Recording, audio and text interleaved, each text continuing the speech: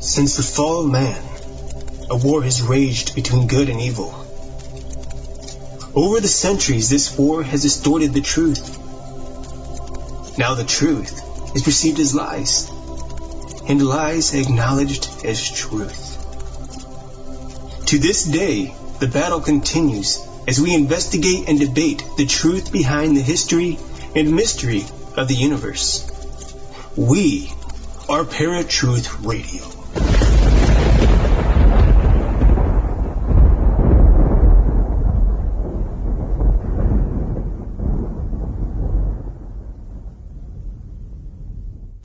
Prayer. Empty words that drift to nowhere, or weighty words that lead to eternal ears. Some claim that there is no room for prayer in the world, that it is a waste of time, it has no effect on any situation. Others, however, say that prayer is the most important thing one can do on a daily basis, and is useful in all situations. They say that God really does listen and act on the words that are directed to him. Now Paratruth presents The Power of Prayer with special guest Bill Sweet. What's up, folks? Welcome to a brand new episode of Paratruth Radio. That's when you gotta have the beat up. Yeah. My name is Eric. Thank you. Appreciate it. And I'm Justin.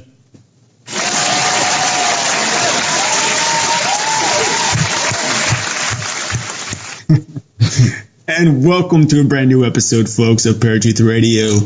It has been, believe it or not, an entire 7 days since the last episode. That's usually how we time it. Yeah, it's something, isn't it? It's weird. It's amazing. Who would have thought there's 7 days in a week? Not me. Well, to some people, there's 10 days in a week, depending on how well they work or don't work. So, well, folks, we do have another great and wonderful, brand spanking new show for you today. That we do.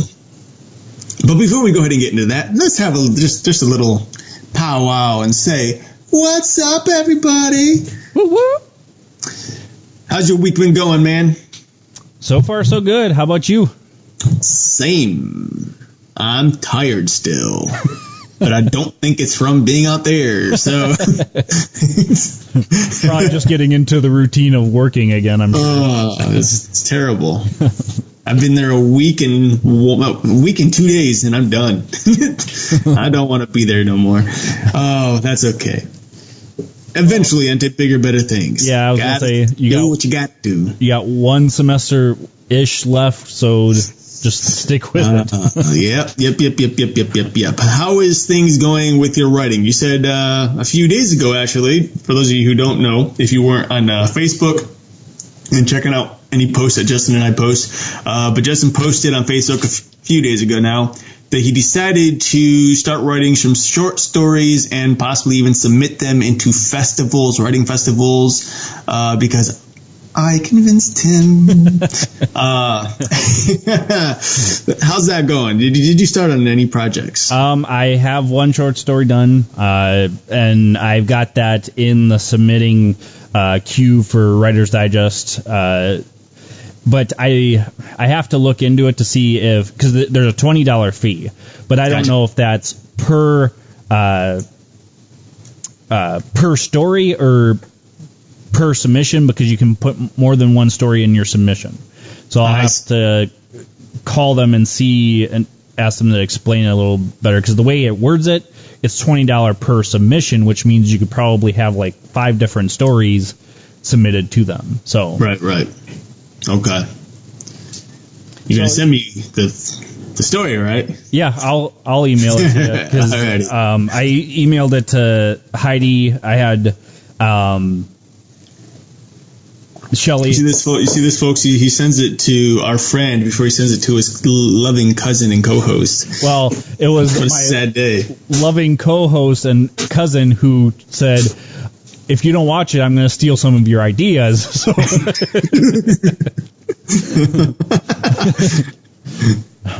so I told you how to prevent that. I actually did email it to myself before I did it to anybody else. So Good job.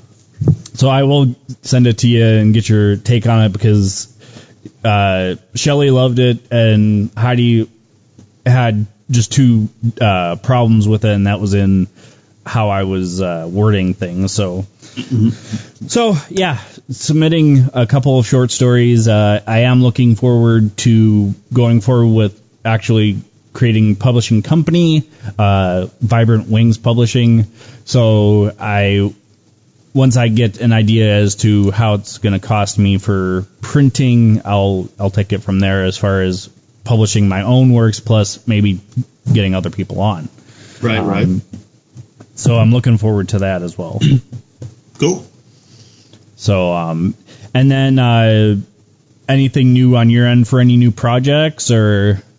Well, I mean, this week I've submitted the film. I'm uploading the film to a couple of different festivals. You know, those are a little more expensive than the writing one, so yeah. around $50 a pop, and that's pretty much per submission, and you can only put in one film per submission, I believe. Beside that, I'm currently working on some pre-pro stuff. There are two films that I would like to produce direct this upcoming fall, both short films. So I'm in the works of doing that. Both are a little dark, always dark. You know how it is.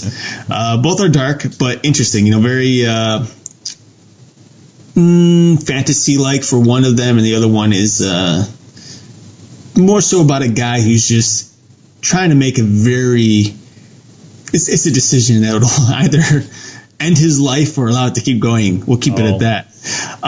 So we got those two things going on. I've also got the script for my buddy, you remember him, Lewis, of a Batman fan film that we were talking about producing and writing. He he's been writing it for a while, so I'm looking at that. That's one I'm gonna starring as Batman in. Don't tell anybody. So I'm actually got that. I'm gonna look at it later today. And just see how it looks, how it's going, see if I can add anything in there. But that's about it. So, I got projects in the works. Looking forward to it. But beside that, we just got the show. A new project of the show. I'm going to act weird today because I'm so tired. I'm trying to wake up. So, folks, brand new episode. We do have a very special guest, although they are all very special. A brand new special guest. This is another way to put it. This is like special in his way, as it is a different theme and title of a book that we've never done before. Power of Prayer, folks. What is the power of prayer? Is there power in prayer? Does prayer do anything for individual people or for groups or even for the world for that matter? We hear it time and time again on the news. Stop praying. We don't hear this from the news networks, obviously, because that'd just be crude, but rude. But we hear from a lot of people who like to voice their opinions a lot. Stop praying because prayer doesn't do anything. Get out there and do something. Yay and nay on both of those. Yeah, get out and do something, but ending prayer, well, that's a big no-no too. That could be a bad thing for you. But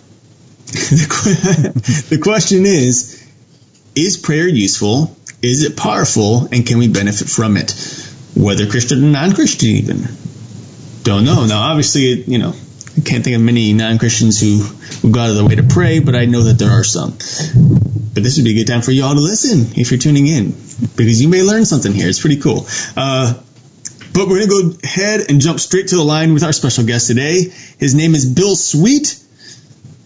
Welcome to the show, Bill. It's good to have you on. I'm glad to be here. Always a pleasure to talk to people that are like-minded. Oh, indeed. completely agree with that. Before we kick off with the Q&A, the one thing that we do like to allow is for our guests to give some information about themselves, a little bit about their story, their background, and of course where anyone can find you. We're going to let you do that twice today. So. Oh, stereo twice. All right. Well, I was always interested in paranormal and religious phenomena, and I happened to be brought up in a neighborhood that was a bunch of academic people and thinkers, and it was a Jewish neighborhood, and they just loved to debate, and it's great, and it's just for fun. It's not arguing; it's just that if you're going to say something, they're going to question you on it. So I had experiences as a teenager that were psychic and spiritual, and I would tell people about it, and they said, "Oh, that's very interesting." And they cross-examine you, and so it turned out that he said, well, if I'm ever going to pursue this, I'm going to have answers, and we're going to have to look at this a little more deeply, because people always question these things. Unless they have the experiences themselves, they question the strange experiences. Mm-hmm. And so, fortunately, through being involved and connecting with a lot of people, I found out about two Christian Science practitioners named Bruce and John Klingbeil, who were in Schaumburg, Illinois, and they were nearby because I was on the outside. I was in the Chicago area, and they were doing experiments with prayer and consciousness, and they were right there in the Chicago area. It was like serendipity. I couldn't believe it. So I contacted them and met with them, and was just thrilled to find out about their Spindrift laboratory. They were spending mornings praying for people, and in the afternoons they were doing experiments trying to show that there is actually something to prayer in a scientific sense, not just this is what I believe, mm-hmm. and dogma and invisible beliefs you can't back up. And they had a laboratory where they brought people in from different religions and tested them. And to make it affordable, they didn't test prayer on people. They did some prayer with animals, but that was a little hard to control. What they did was what they ended up doing to make it more reasonable and more controllable, they ended up mostly doing plant experiments. There would be something wrong with a lower organism plant, and it would be given stress of some kind, and a person would pray for the recovery of the plant. And then they have a control group. And so if the person was a good prayer and they were helping the plant, you could compare the plant that was prayed for the one from the one that wasn't prayed for, the control group, and see the result. And the experiments, in order to be really done well, had to be done many times by the same person. You just couldn't do an experiment once, say, hey, there you are. It has to be done many times and have all the data accumulated. And so they founded an organization called Spindrift Research. I never even heard the term Spindrift before. Do you guys know the word Spindrift? I can't say that I do. I didn't until I had contacted you and looked into the Spindrift Research. Yeah, it's a nautical term. It refers to the spray on the top of a wave during a hurricane out at sea. And it creates a little spray on the top called Spindrift. And so that's why they named it that. Okay. So the Spindrift Research is really at the cutting edge of the wave, cutting edge of research. And the experiments are mind-boggling to some and not enough action for others, but they are good scientific, fringe science, parapsychological experiments that follow the scientific method. They've written up all the data from it, and we would put our money together and we bring in scientific people and to see if we were following the scientific method right. And the statisticians would look at it. So we had quite a good time. Okay. So getting into the research with the prayer, there's a lot of people that do negative prayer as well as positive prayer. What type of research did you guys get into with that? In order to do thorough research, we found that you had to test positive prayer and negative prayer and different types of prayer. Okay. And we had quite a bit of awareness that there are religions that pray negatively. And in fact, it happened to us.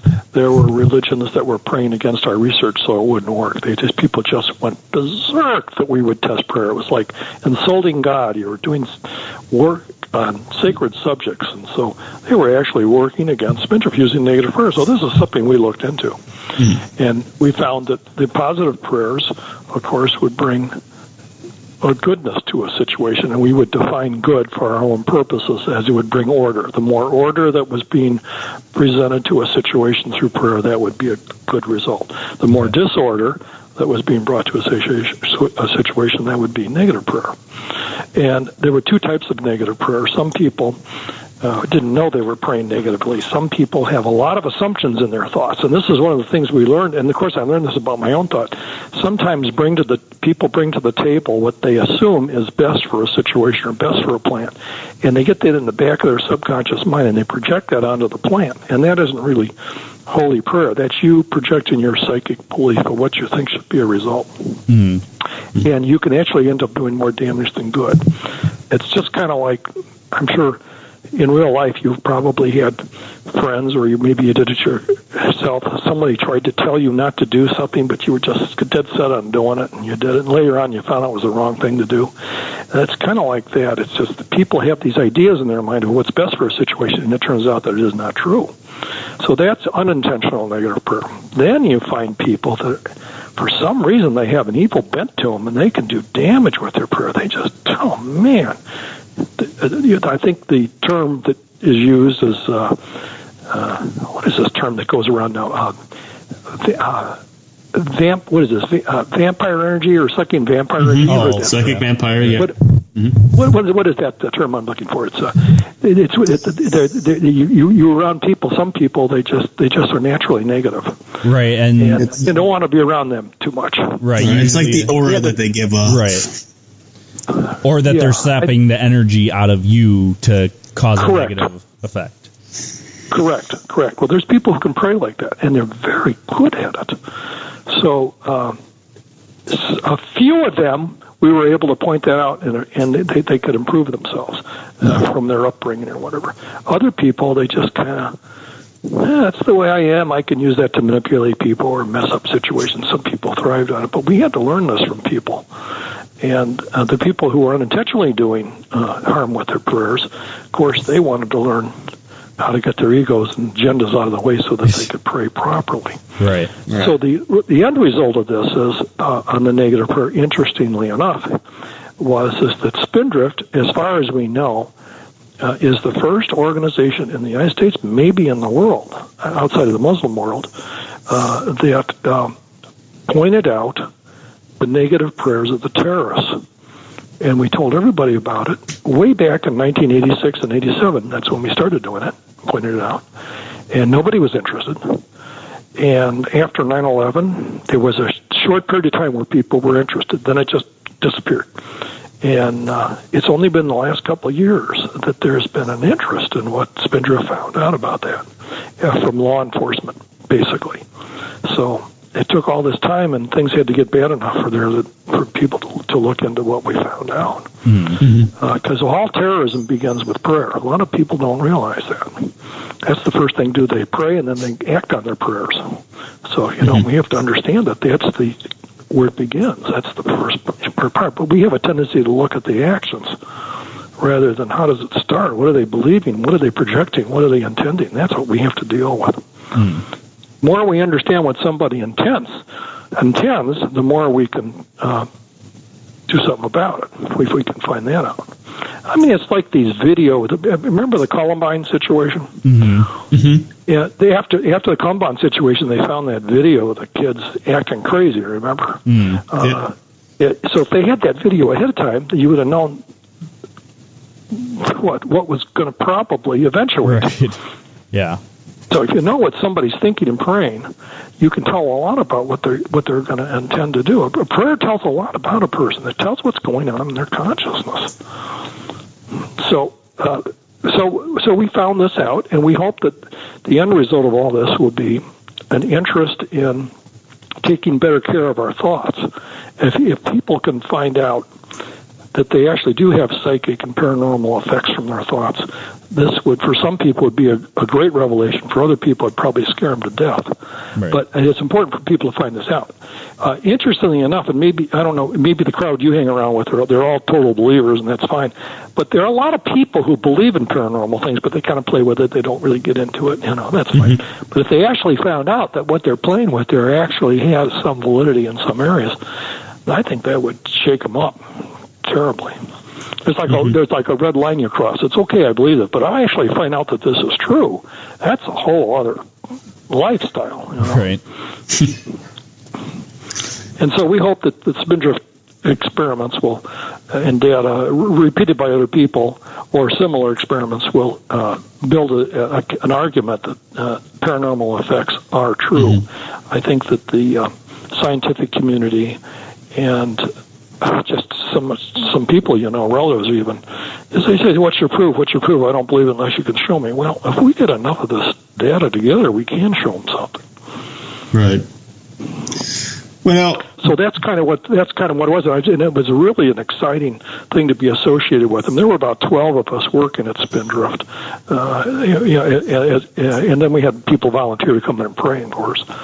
And it was very exciting. The wild reactions to it seemed to be the basis of my book. I've written a book called A Journey into Prayer by Bill Sweet, which you can go to the Spindrift website, which is spindriftresearch.org, and click Book News, and there's a press release there from my publisher explains the book.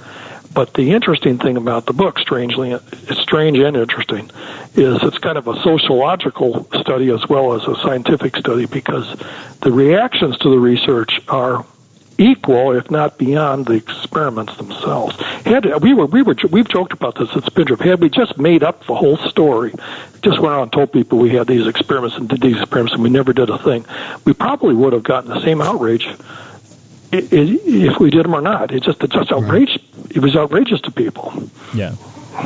To bring religion into it, I think if you do straight parapsychology, they don't get upset. But you bring God and religion into it, oh brother. Right. Well, now this is a two-part question I have. The first one is probably something I should have asked at the beginning. But can you just give us your definition or a definition of what exactly prayer is? And then the second part of the question is, during these experiments, if you will, you said that you had brought in multiple people from multiple different religions. So did you notice any kind of different outcome depending on what God these people were praying to? That is sort of the hilarious hypothesis. I mean, we didn't know what was going to happen when we brought in Jews, Baptists, Buddhists. We tested a Scientologist, Methodist, Quaker. We brought in people from, and of course, our background was Christian Scientists, so we had quite a few Christian Scientists that volunteered because that's where we started. Right. We thought there probably would be a lot of difference between a Catholic and a Baptist or something, and maybe someday the way somebody forms his or her background will be able to be registered. But we were able to find that in our tests anyway for Spindrift, that the result had more to do with the quality and the spiritualization of the individual consciousness that produced the result more than the denomination. Maybe someday they'll be able to tell a difference effect between a Jewish prayer and a Christian prayer and a Muslim prayer or an Oriental prayer.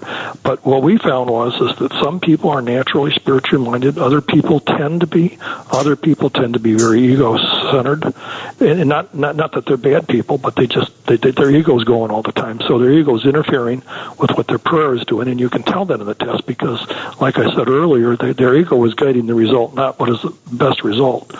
And then other people don't get a result, which is kind of a shock for some people. It doesn't mean that on some level they're not connecting with a divine being or what they're praying to. But in our test, some people didn't get a result, looked the same as a control group. And other people were able to learn to get away from their ego and have more of a "Thy will be done" prayer.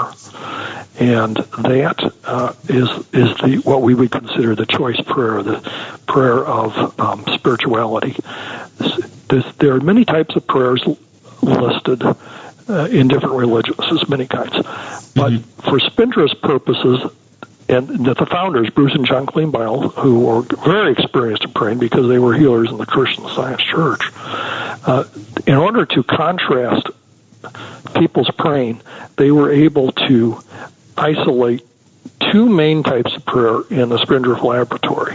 There are a lot of different styles, but the two that were isolated were what they called goal-directed prayer, that is often called petitionary prayer, where you're asking for a specific thing to happen or a specific item that you want.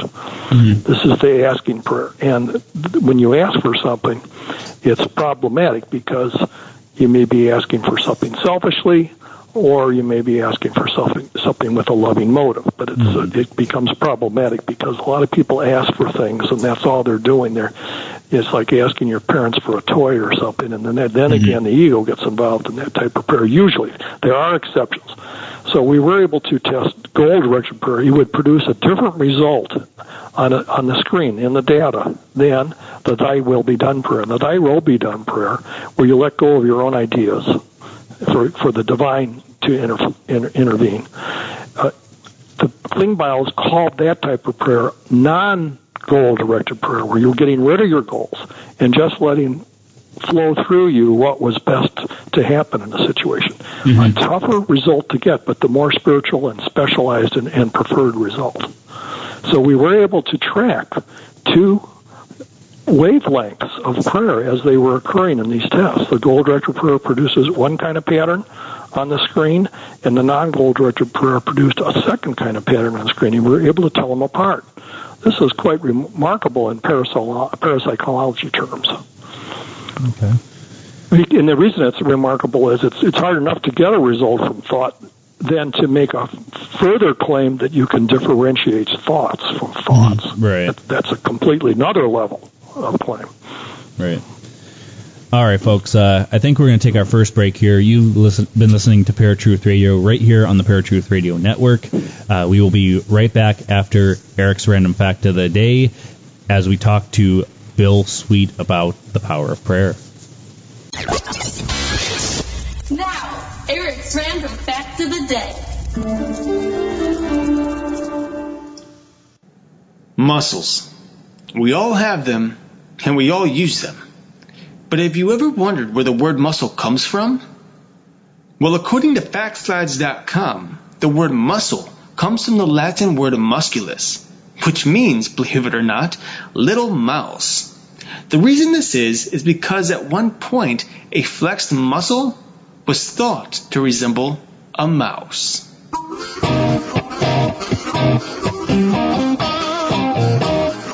This was Eric's Random Fact of the Day.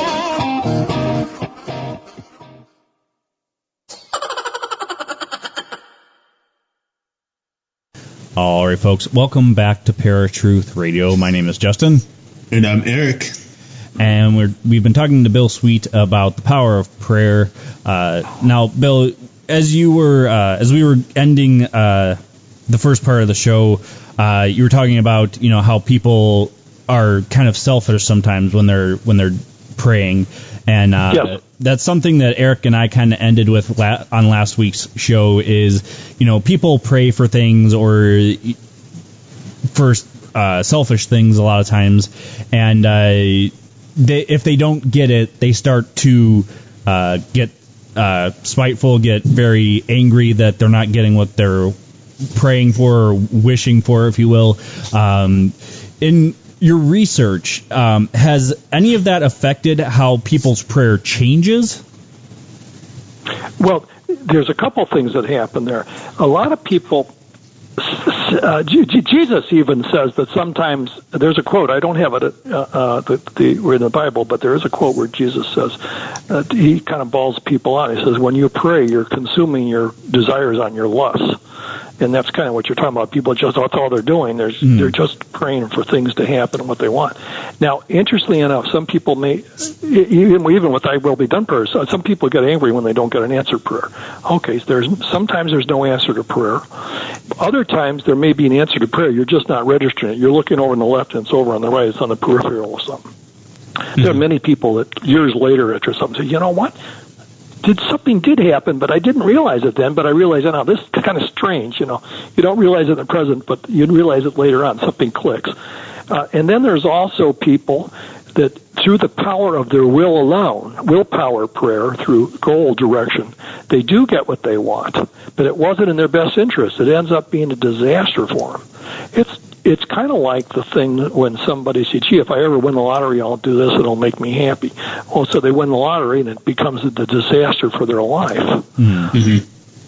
I can tell you that I know somebody personally who ended up with a lot of money. I won't tell you how, but it was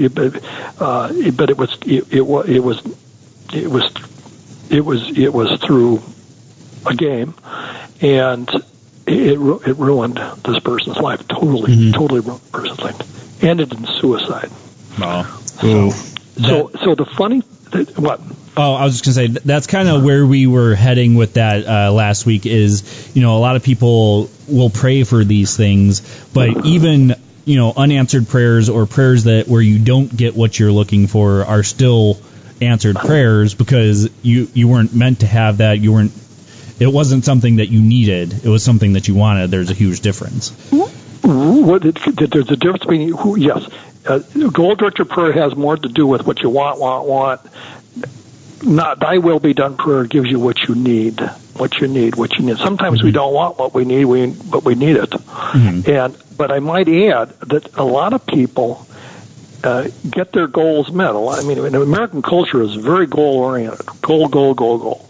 And a lot of people do get their goals met, but they find out later that it wasn't the right goal. Mm-hmm. There's quite an explanation of this on the SpindriftResearch.org website. On the FAQ page, question 3 goes deeply into this, contrasting asking for the right goal and asking for the wrong goal, and then how to pray, thy will be done, what is right for me. And, of course, there's a good joke that goes with this, too. This guy's praying for a new Ford. He wants a new Ford car. Great. I want this Ford. I'm going to pray. So he gets his prayer answered. He gets the Ford he wants. But then the voice of God says, well, you got your Ford, but I had a Ferrari in mind for you. Mm-hmm. You see, if you were more open to what was the greater good or something other than just what you're focusing on, there's something even better for you. Right. And our ego and our agendas and our background gets in the way of these things. It happens to all of us. It happens to me, too. I can think of situations where later on I say, gee, why did I do that? I hindered myself. I could have done better.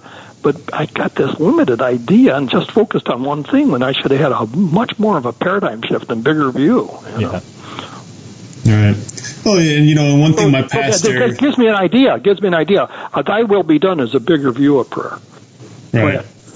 I was going to say, my pastor just mentioned not this past weekend, but last weekend, one prayer that he likes to pray, and he suggested the rest of us pray, is for God to open doors and close doors. And that's a way of, allowing his will to be done and allowing you to focus on what he wants as opposed to what you want. Exactly. But that's hard to do. It is. It is very hard to do. It's very difficult. I think as humanity is, we're all very selfish. Even those who are selfless, are very selfish in our own minds. We always want what is best for us and what we think is best for us, and sometimes what is best for us isn't what is the best for us. That sounds crazy, but it's. And we find this out at some point. We do realize this, right? But we don't realize it when we're wrapped up in what we want. Right. We can't get out of the human thought. We're always more in our heads than trying to reach out to the higher one, if you will, God, if you're a Christian, and that's a huge thing that we had talked about too last week. Is you can't get out of this because you're so stuck here instead of worrying about the thing that you should be concentrating on. Yeah. Well, Scripture says that the thoughts of man are different from the thoughts of God, and and that the thoughts of man are always evil all the time. So, it's something to remember. Yeah, they're always evil and they're always maladjusted. So we have to adjust ourselves to God's thoughts in some way. the real healing comes when we are in coincidence, like two coincidental lines, where we're thinking like God's thinking momentarily. That's when we get our best result. Right. Now, so the ego, we're not. Everybody has to. We're born with an ego, but the whole idea of suppressing our ego. Right. Yeah. Now, I think the whole idea of doing these experiments and proving or disproving whether or not prayer is powerful and whether it even exists, because there's a lot of people in this world who claim that prayer is worthless and that we should be going out and doing something instead of praying to a God to do it, or praying to God to do it because he isn't going to do anything because he doesn't exist, so on and so forth. So I think it's cool that these experiments are happening in a way, in an effort to prove that not only prayer is powerful, but the fact that God does exist. But here's just one thing on my mind is in the Holy Bible, Matthew chapter 4, Jesus is being tempted by the devil. And at one point, Jesus tells the devil that it is written, do not put the Lord your God to the test. So with that said, is there, in your opinion, based on these tests, are we simply just testing prayer, or are we actually putting God himself to the test? Which is something that this is a big topic. Against. This is a big topic, and I think this is one of the reasons people hate what we're doing. I have a chapter in my book, A Journey into Prayer, Pioneers of Prayer in the Laboratory by Bill Sweet, all on the Bible and how it is in harmony with experiments. Okay. So I have a whole chapter on Bible experiments. I mean, Jesus turned the water into wine. I mean, that's if that isn't the ultimate chemistry experiment, I don't know what is. And the point is about proving God. I'd like to pick up on what you said there a minute. Okay.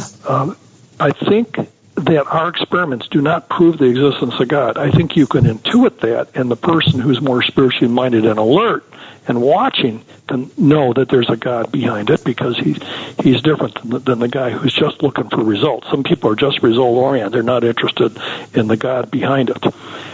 We do think, though, that in ultimate terms, science will probably come up with a way to prove the existence of God. We don't know how yet, because it's probably thousands of years ahead. But if we're still here, but what will happen is that we think Spindrift can make the following argument, that a certain quality of thought, a spiritual mindedness, a Christ-like thought, or a Holy Spirit-filled thought, this type of thought produces a thy will be done result. Someone without that nurtured consciousness cannot produce that thought, that effect, rather. And so what that means is, through inductive reasoning, you could say, well, the person who's spiritually minded and Christ-like minded is getting this kind of result.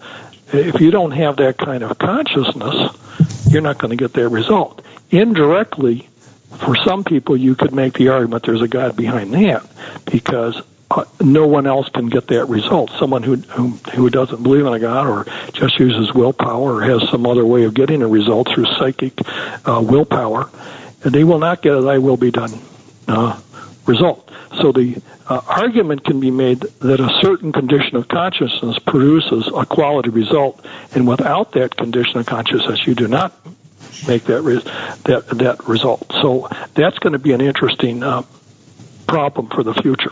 And as far as now, what was the other part of your thing there? Oh, tempting the Lord. Tempting the Lord.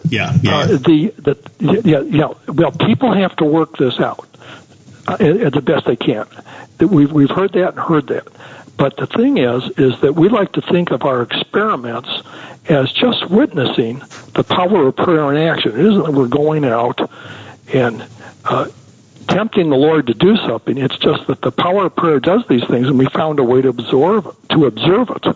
So we're observers of the power of prayer in action. So if you think of it that way, it isn't so much tempting the Lord as it is we're a witness to what's happening.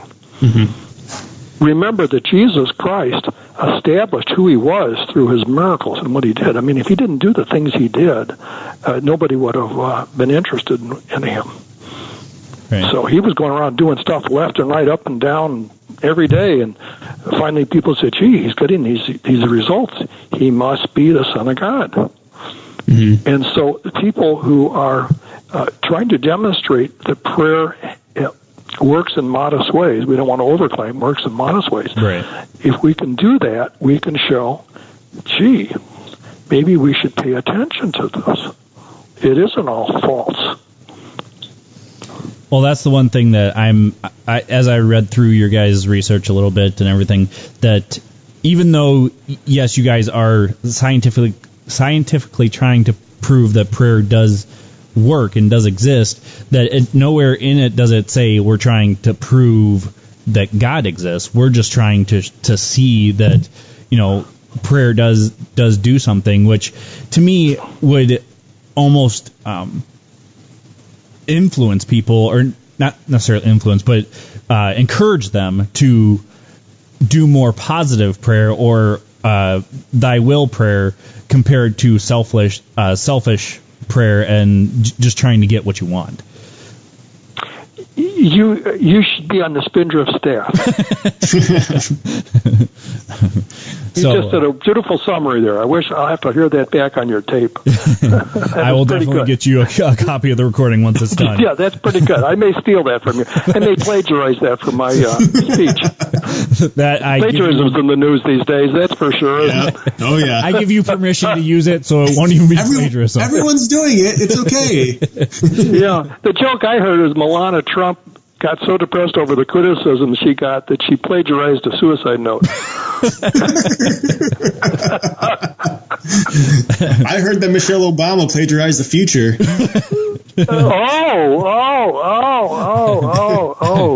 That's pretty good. That's pretty good. Okay, touche. Well, anyway, the thing is that you're always going to have people that don't like what you're doing. We always find that out, don't we? Yeah, right. Absolutely. Yeah, there's probably people who are upset with your radio show, right? Oh, I'm sure. Oh, yeah. We've had quite a few people either voice it or voice it to their friends that they don't like what we're talking about. But well, great. That's just the way it is, I mean, you can't make people happy. Oh, brother. This is one of the hardest things in life. You just can't please everybody. But you have to follow your mission. You have to follow what you think you're being guided to do, Right. Yeah, well, I'm sorry. No, that's all right. I just think that, on this subject of praying for the world and praying for a lot of things, there's a very interesting theory. We have a theory page that backs up our experiments, explains what we're testing. In other words, you do an experiment, but they always say, what's the theory behind it? Well, if you go to the Spindrift website and go to experiments, then there's a drop-down menu with several things, and one is theory. And there's a theory on there called indirect prayers, like praying for the world and praying for things going on. Some of your listeners might find that very interesting. How about that? What's being found out about indirect prayer? It's like when you're praying for things that are bigger than you, you can't quite see what you're praying for. Right. Well, most prayer is direct prayer, but this was about indirect prayer. It's the theory of indirect prayer. It's very interesting. It kind of ties in with something you mentioned a few minutes ago that gave me the idea of mentioning that. I see all the different types of theories you guys have, and it's kind of interesting that, you guys have number 5, quantum prayer theory, and it's really interesting to see that quantum theory and actually religion in general, but it links to a lot of what Christians are saying now, that there are ways that we will somehow prove that there is the existence of God or of angels and all these other things. I think so. I think it'll happen some way. Just interesting to see that you have that in your theory list. Yes.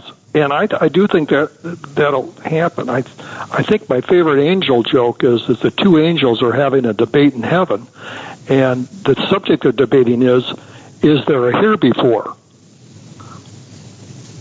Is there a here before? You see, on earth we debate if there's a hereafter. In heaven they're debating if there's a here before. You have to think about that one. Yeah.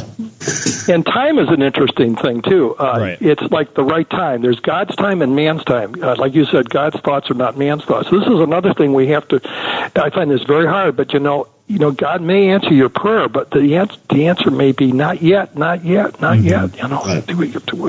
Time, there's perfect timing for things. Yeah. It's pretty cool because my pastor actually, he keeps a prayer journal. So for years, he's been writing down his prayers as he says them. And then, 1, 2, 3, sometimes 10 years later, a prayer, something happens and he links it back to a prayer that he had made several years beforehand or several months, and he traces it and says, oh, wow, look, I prayed this and here God delivered on it so many years later. Didn't happen when he wanted it to happen, but it happened nonetheless, just at God's time. Right. This again, you remember Jesus said, watch and pray. We have to watch out for these things. It doesn't mean right now. It could mean watch now, too. Right, but watch, and there's the past, present, and future. And we have to be alert to all these things. And yes, and a lot of people who I've noticed when they discover God or I suppose they do it in all religions, but I've heard a lot of Christians who become Christians say, I've been looking for this all my life. And where did that come from? They probably unconsciously did, but not really consciously. But all of a sudden, it comes to their conscious mind. They were looking for this all their life. So it's kind of like timing. There it is now. Oh, yeah, absolutely. We've all heard it before where people say that there's a God-shaped hole in all of us. And people try to fill it, with money and drugs and sex and, you name it, and it never fulfills. And then, it's those people and others, who do come to the Lord, and then suddenly everything's great and wonderful. And it is what they've been looking for because they've been searching. They just don't know what they've been searching for until it finally shows up. Right. It's kind of like this. The 2 points coming together. They have been searching, but they didn't know what they were searching before, but at that moment they've been looking for it all along. It's wild. So it shows that there's a subconscious divine order that sort of comes to the conscious mind, and when the timing's right, you realize it. It's really an exciting thing. I think the thing that does eat at us, because our culture is so now, I want it now, and it's getting worse that way. Everybody wants instant gratification. It's hard to get people to think in this slower term as you got to have it in the right season. The Bible talks about the seasons of things. You got to have it at the right timing. Mm-hmm. It may be, for instance, that let's say somebody's desire was something material, and like I want to be.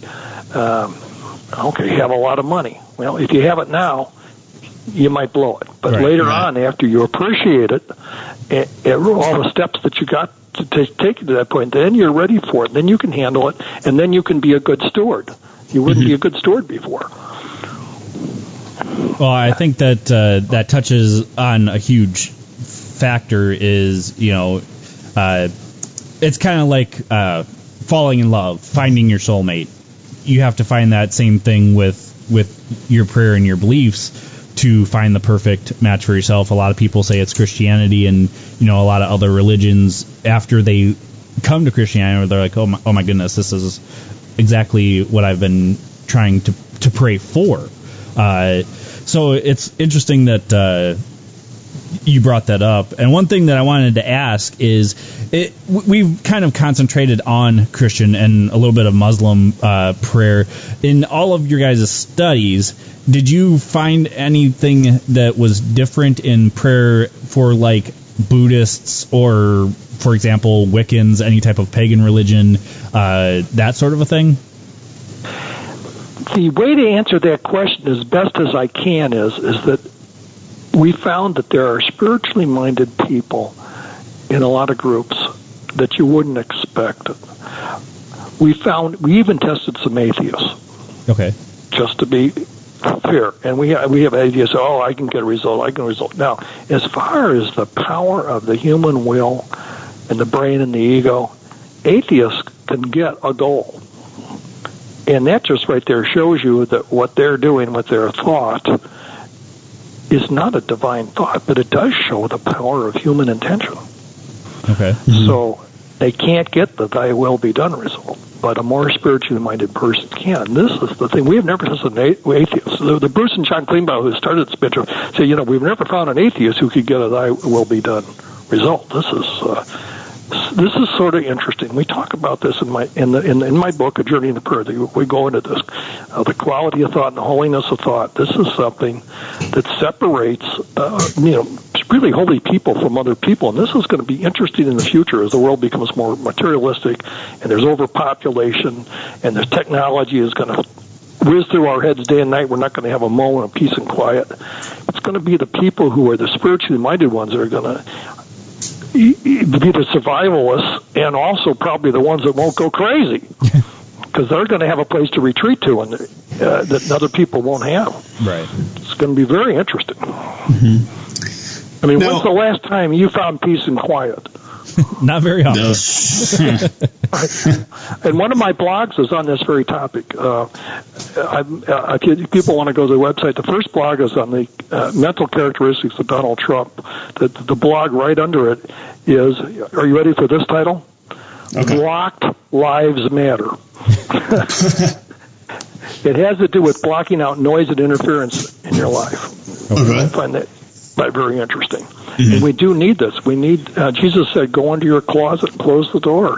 We need to have more closets today. Absolutely. And we also found that was also helpful in our prayer research when people were really, if they prepared their prayers ahead of time, they calmed themselves down and kind of did preparatory prayer where they prayed for themselves and prayed to do thy will be done. They did that prayer before they took the test, that this, as a general rule, helped them get a better result. Okay. So preparation is another thing that's very important. How you prepare yourself is important. Mm-hmm. Well, now that's going to be one of my questions, though, actually, because Jesus does say to go into a room, by yourself in secret and pray. But I'm assuming in order for these tests to work, these people they're praying out loud, I presume, or maybe praying out loud. Silent prayers. No, it's all generally silent prayers. We had people that pray out loud because that was their tradition. Right. But generally, it was people doing silent prayer as a rule. Okay.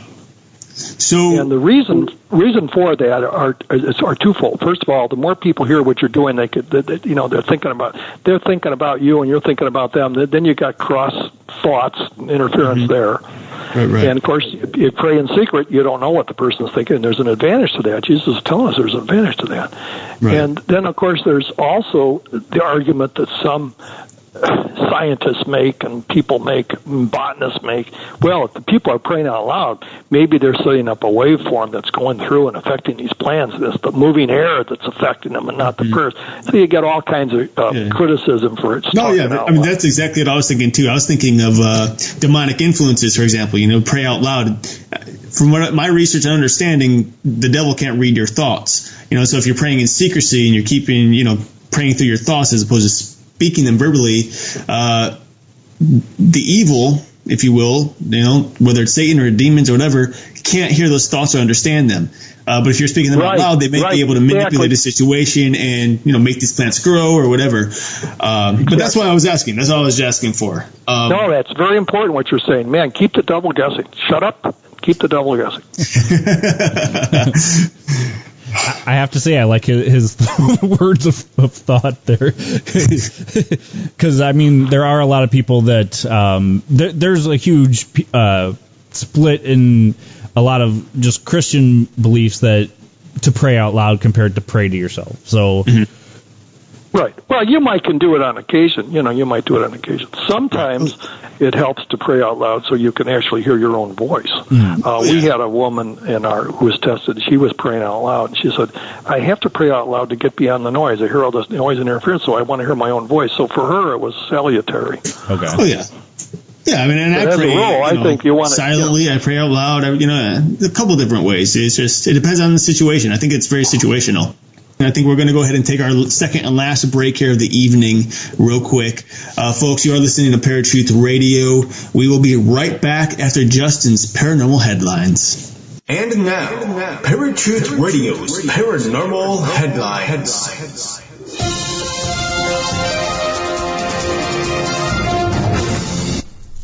How's it going, Parafans? Justin here with your Paranormal Headlines. And these headlines are from unexplainedmysteries.com. Cockroach milk, the future's health drink? New research suggests that cockroaches produce milk that is 3 times more nutritious than cow's milk. It might not sound particularly appetizing, but the milk from one particular subspecies of cockroach is actually chock full of protein thanks to special crystals that can be found inside its stomach. It's time-released food, said senior study author Subramanian Ramaswamy. If you need food that is calorifically high, that is time-released, and food that is complete, this is it. But is it really possible to milk enough cockroaches to feed humanity? They wouldn't go and kill lots of cockroaches for it, said Professor John Carver. They would isolate the gene for this protein from the cockroach and then express it and grow it up in a yeast system in very large microbiological vats and produce large quantities. Whether anyone would actually want to drink it, however, remains to be seen. Mystery substance floods Tokyo underground. A peculiar, foul-smelling black liquid has been filmed pouring out into an underground walkway in Japan. The strange incident occurred in the Shinjuku subnode, an underground passageway which connects several train stations in the local area. Horrified commuters grabbed their mobile phones and filmed the encroaching muck as it spread across the floor and cut off access to some of the shops situated along the route. According to one witness, the substance smelled terrible like sewage and had seemingly emerged from a doorway which had burst open due to the pressure of the liquid building up behind it. Authorities are now conducting an investigation in an effort to determine what happened. And this has been Justin with your Paranormal Headlines. This was a segment of Paratruth Radio's Paranormal Headlines.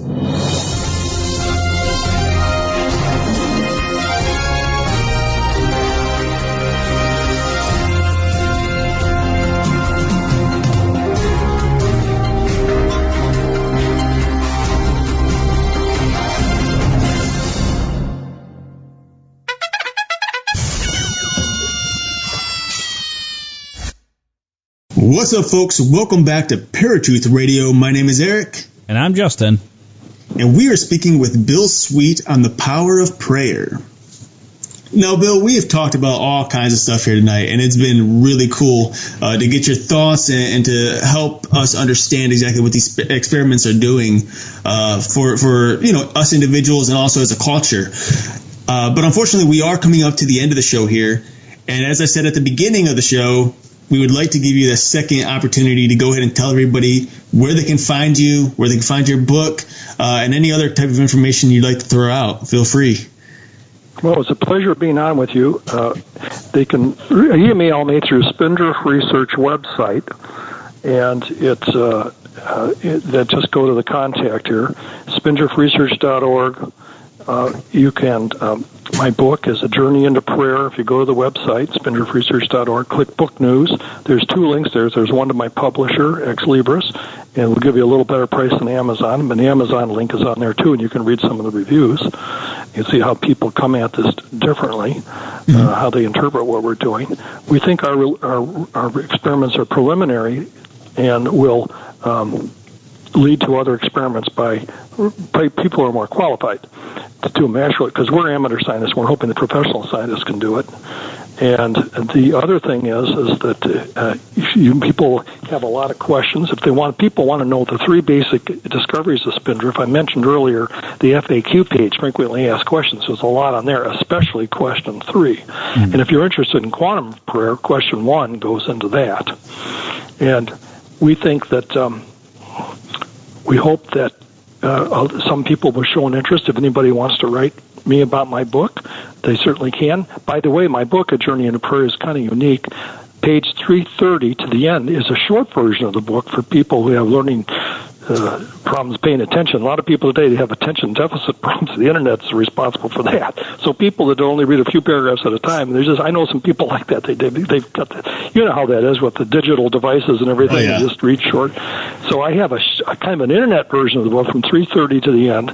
If people want to go more deeply, they can start at the beginning of the book. So it's like 2 books in one. Or if you have radio show hosts like ourselves that don't necessarily have enough time to get through all the entire book, that would be an awesome thing for a lot of authors to do, because there's a lot of times that Eric and I cannot get through an entire book before we have that person on the show. So, it's understandable. I can't keep up with all these books that come into me through the mail. I have friends that read their books.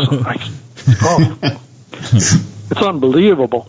And it is something I guess we're going to have to get used to. We're going to have to get used to referring to movies and things on the internet because people aren't reading deeply anymore.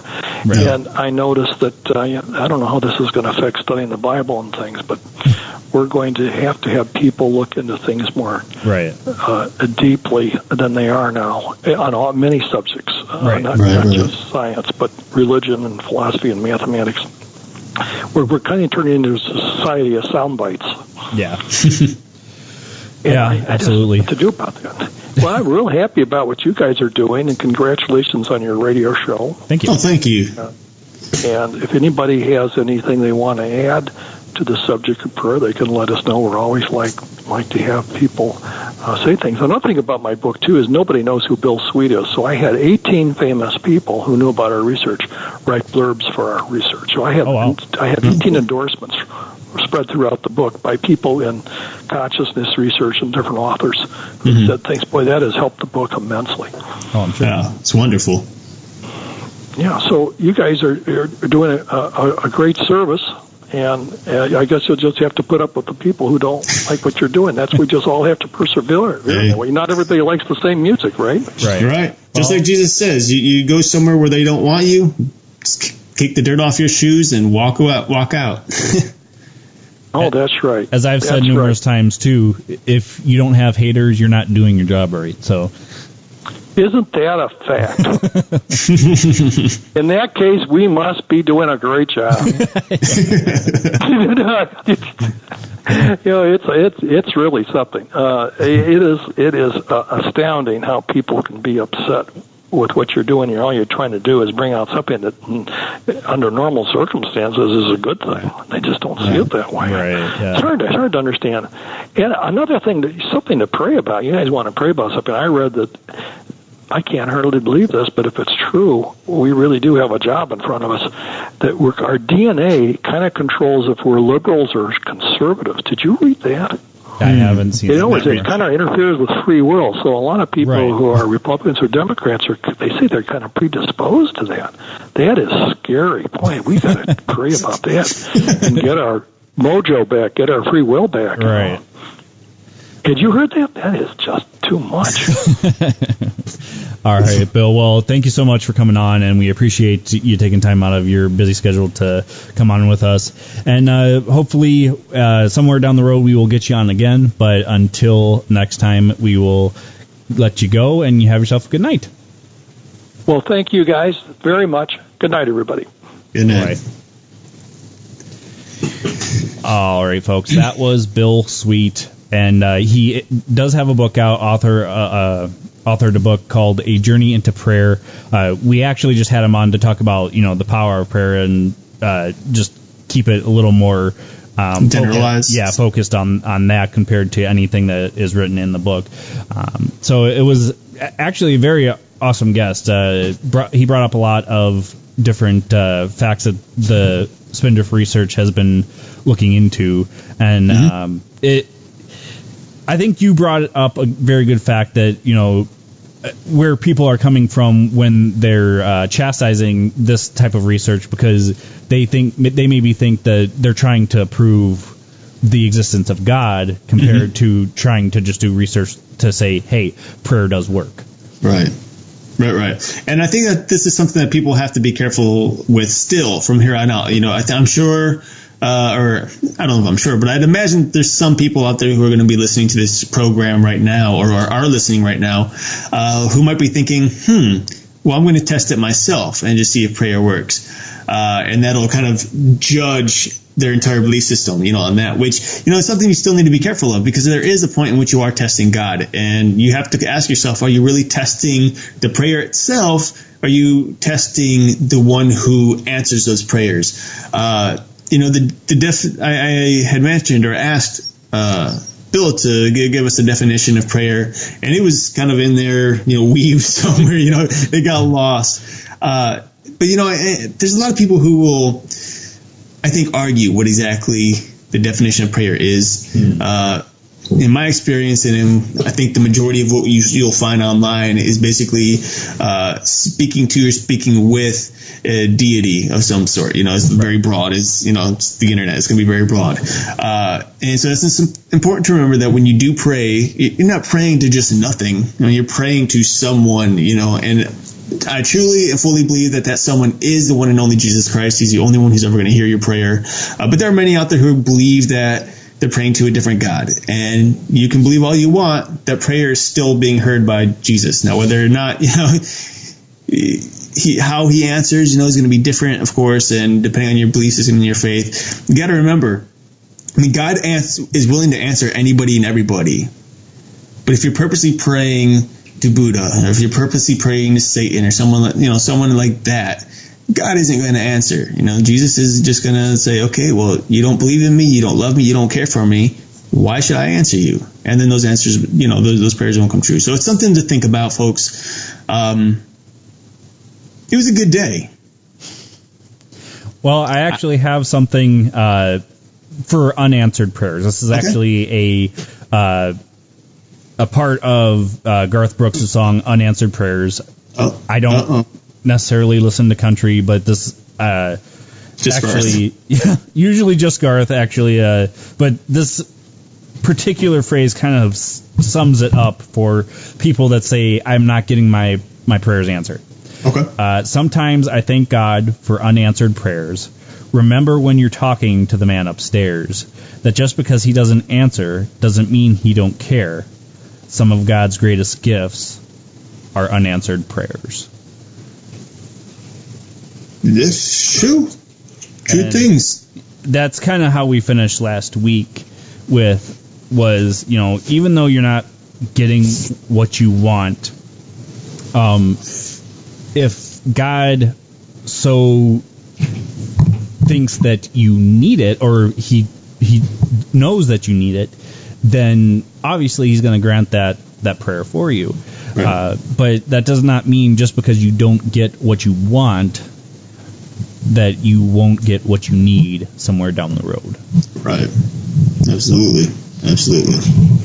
So, well, I think on that note, I think it'd be, since we're talking about the power of prayer, I think it'd be a good idea just to pray. Sure. Say a little something. Why not?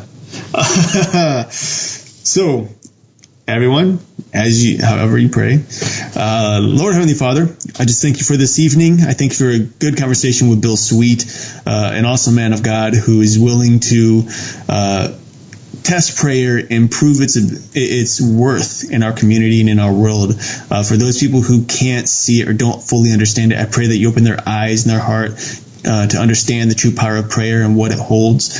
There's so many people who are lost in this world, Lord. So many people who are against Christianity. So many people who are against you, O Lord Jesus the Christ. I just pray that you open their hearts, their minds, and their eyes to you. That you open their ears, that they may hear your whispers, because we know that you don't speak super boldly. You don't speak out loud like Satan does. You don't yell and scream for our attention. You whisper it. You call us, carefully, and you slowly ease us to you, Lord. And I just pray that you allow us to drown out anything that Satan's saying to us. You drown out the rest of the world and community around us, and that we focus all of our, just everything we have on you, Lord. Lord, I pray that this prayer is heard. I pray that you open your ears to all who turn to you in prayer, whether saved or not, Lord. I pray that you're with them and that you guide them and that you lead them to everlasting life. All this I pray in Jesus' name. Amen. Amen. So that's about all we've got for Power of Prayer, folks. Next week, we're going to be talking about the phenomenon known as sleep paralysis. Ooh. There are a lot of people that believe there's a scientific reason for this. There are people that believe that it's just some type of attack. If you're coming from a Christian perspective, a demonic attack. There's some that say that there's both. There's the scientific side, and then there's the attack side. It just depends on the situation. So, and Eric does have some situations that he'll discuss next week about some situations that he's had in his own life. I particularly have not had this phenomenon happen to me, which, from what a lot of people have said, I'm kind of glad, because it would probably scare me to death. But so until next week, folks, where you will find us same time, same channel. My name is Justin. And I'm Eric. Peace. If you enjoyed this episode of Paratruth Radio and you would like to listen to it again, or are interested in listening to any of our past episodes, then you can listen to them on HD at our website, paratruthradio.com. And you can also find us at Stitcher, Blueberry, TuneIn, iTunes, Spreaker, and YouTube. And of course, like us on Facebook and follow us on Twitter for brand new updates of our show every day.